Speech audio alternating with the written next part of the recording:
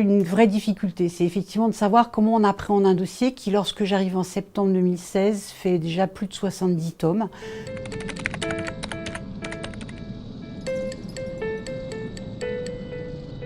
Quand j'ai rencontré mon prédécesseur avant ma prise de fonction au cours de l'été 2016, c'est un dossier qu'on a abordé tous les deux. C'est évidemment un dossier emblématique sur la juridiction d'Annecy et un dossier emblématique pour la présence de mon prédécesseur à Annecy. Après, il y a une vraie difficulté, c'est effectivement de savoir comment on appréhende un dossier qui, lorsque j'arrive en septembre 2016, fait déjà plus de 70 tomes. Comment est-ce que matériellement on prend ce dossier-là en main? Donc d'abord, on va voir à quoi il ressemble, effectivement, à quoi ressemblent ces 70 tomes. En plus, je suis arrivée en septembre 2016, en même temps que le nouveau juge d'instruction saisi du dossier.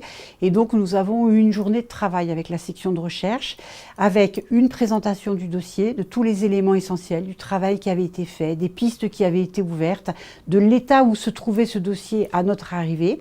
Et dans l'après-midi, on est allé avec les enquêteurs refaire le circuit de cette journée de chevaline, c'est-à-dire à partir du camping où résidait la famille Al-Alili jusqu'à la Combe de Lyre où les corps ont été découverts et les deux enfants aussi. Après, c'est à l'occasion d'événements dans ce dossier, l'appréhension par la lecture des pièces. Donc ce dossier est ce qu'on appelle entièrement numérisé, c'est-à-dire qu'il est sur notre nouvelle chaîne pénale.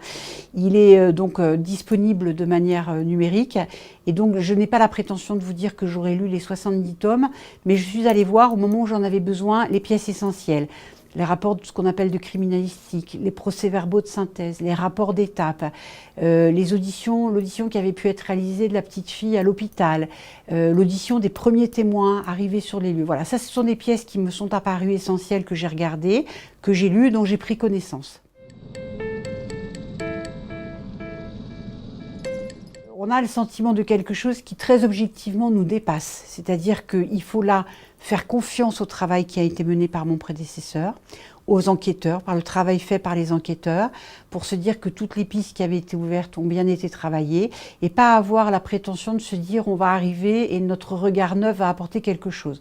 Même si effectivement à un moment, un regard neuf peut peut-être se dire telle piste, est-ce qu'on est allé jusqu'au bout? En reposant des questions, on force les enquêteurs à revenir et à redonner des explications.